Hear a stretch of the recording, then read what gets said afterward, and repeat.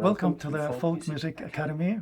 My name is Willy Rustad. My name is Vegar Vårdal. Now I'm going to play one of my Springar. favorite tunes from Setesdal. And this Springar. It's called Faremogangar. And we called it Tejpen.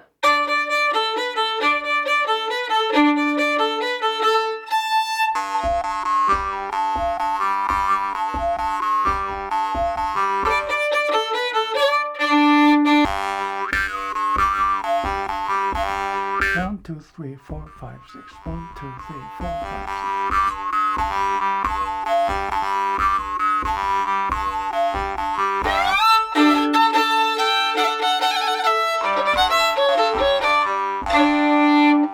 And of course, you can do as me.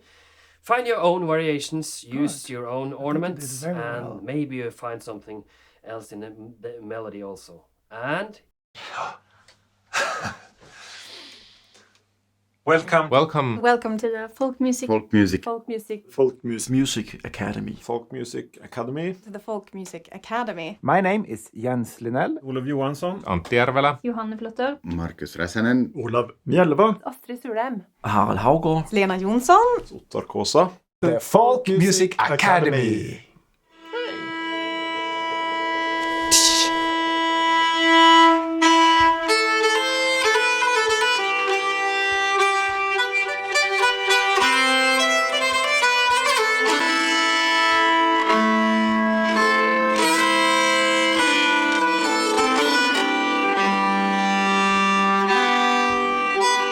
Comes on the second, so that this is the beat. Da, da, da, da, da. So it's da da da da da, not like da da da da da. Now tuned in B. And the first phrase. With this one, for example, when you start, you play 3 down. Then you change the bowing.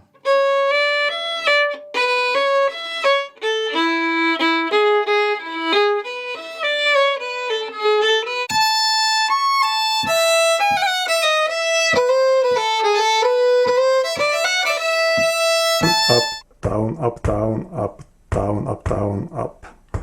And you can test on the strings as well. So.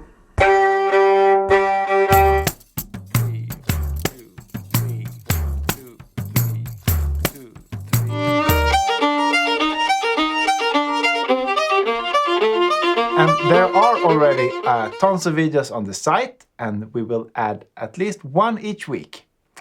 And we will continue filming a lot of new teachers all the time, so stay tuned. Yeah, so follow us on social media and sign up for the site and go in there and learn a bunch of tunes and tell us how you did. Good luck. Yeah, good luck.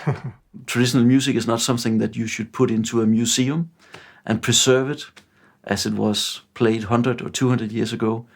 Tradition is alive, music is alive.